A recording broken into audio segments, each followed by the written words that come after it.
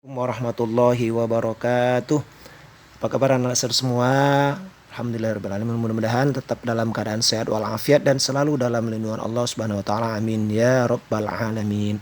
Berjumpa kembali dengan Sir Musli dalam pembelajaran pendidikan agama Islam dan budi pekerti SDIT Nur Ilmi, khususnya anak-anak Sir yang kelas 2. Namun tetap semangat ya. Kita akan kembali melanjutkan pembelajaran jarak jauh kita. Kita awali dengan membacakan basmalah dan doa sebelum belajar. Bismillahirrahmanirrahim. Rabbi zidni ilma warzuqni fahma. Amin ya rabbal alamin. Nah, untuk materi kita kali ini adalah melanjutkan materi dari minggu yang lalu, yaitu surah Al-Asr ya. Minggu lalu sudah dibacakan surah Al-Asr.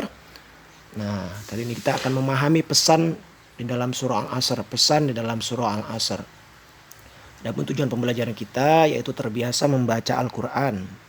Kemudian menunjukkan sikap saling menasehati, menyebutkan arti surah Al-Asr, menyebutkan jumlah surah Al-Asr, menyebutkan tempat turunnya, dan menjelaskan isi pokok surah Al-Asr. Nah, ini ada 6 tujuan pembelajaran kita. Mudah-mudahan bisa kita sampai kepada tujuan pembelajaran kita ya.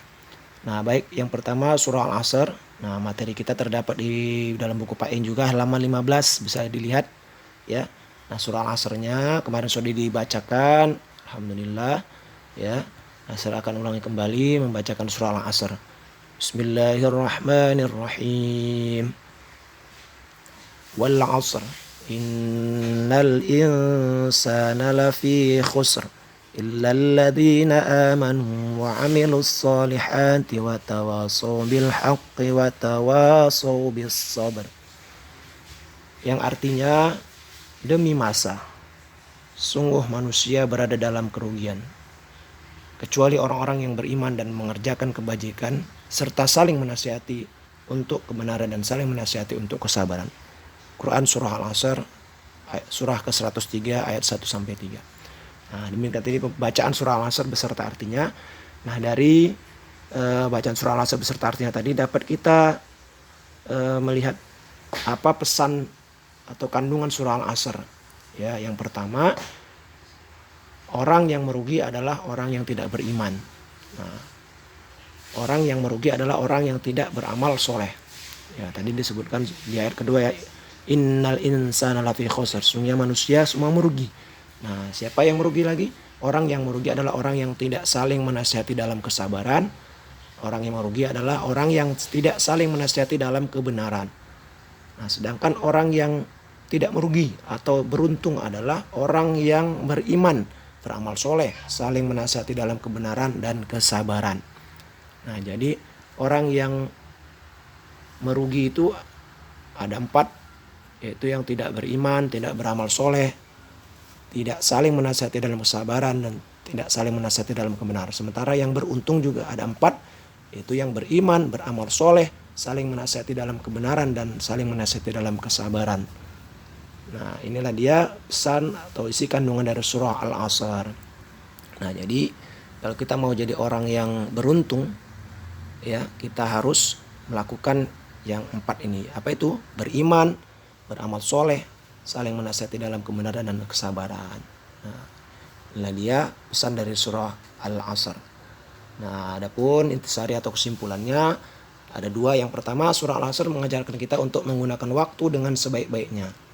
Ya, karena Al-Asr itu adalah menjelaskan tentang waktu. Wal asr, demi masa atau waktu. Yang kedua, surah Al-Asr juga mengajarkan kita untuk berperilaku disiplin. Apa itu disiplin? Disiplin adalah melakukan sesuatu sesuai dengan aturan dan waktu yang telah ditentukan. Nah, terdapat di halaman 14 ya, bisa dibaca kembali. Disiplin adalah kunci keberhasilan seseorang. Contoh disiplin itu, yang pertama, contohnya bangun tidur tepat waktu. Bangun tidur tidak terlambat. Pergi ke sekolah tepat waktu. Mengerjakan pekerjaan rumah tanpa ditunda-tunda. Melakukan sholat di awal waktu. Bagi laki-laki, sholat fardu berjamaah di mushola atau masjid.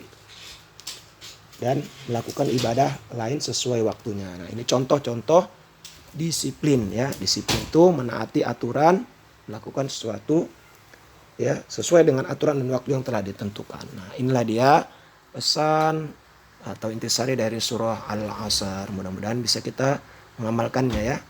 Baik anak-anak semua, Di akhir materi kita seperti biasa kita mengerjakan latihan uji kemampuannya ya. Ini saya tuliskan di sini. Ya, nanti kamu tuliskan kembali di buku tulisnya. Tulis soal beserta jawabannya.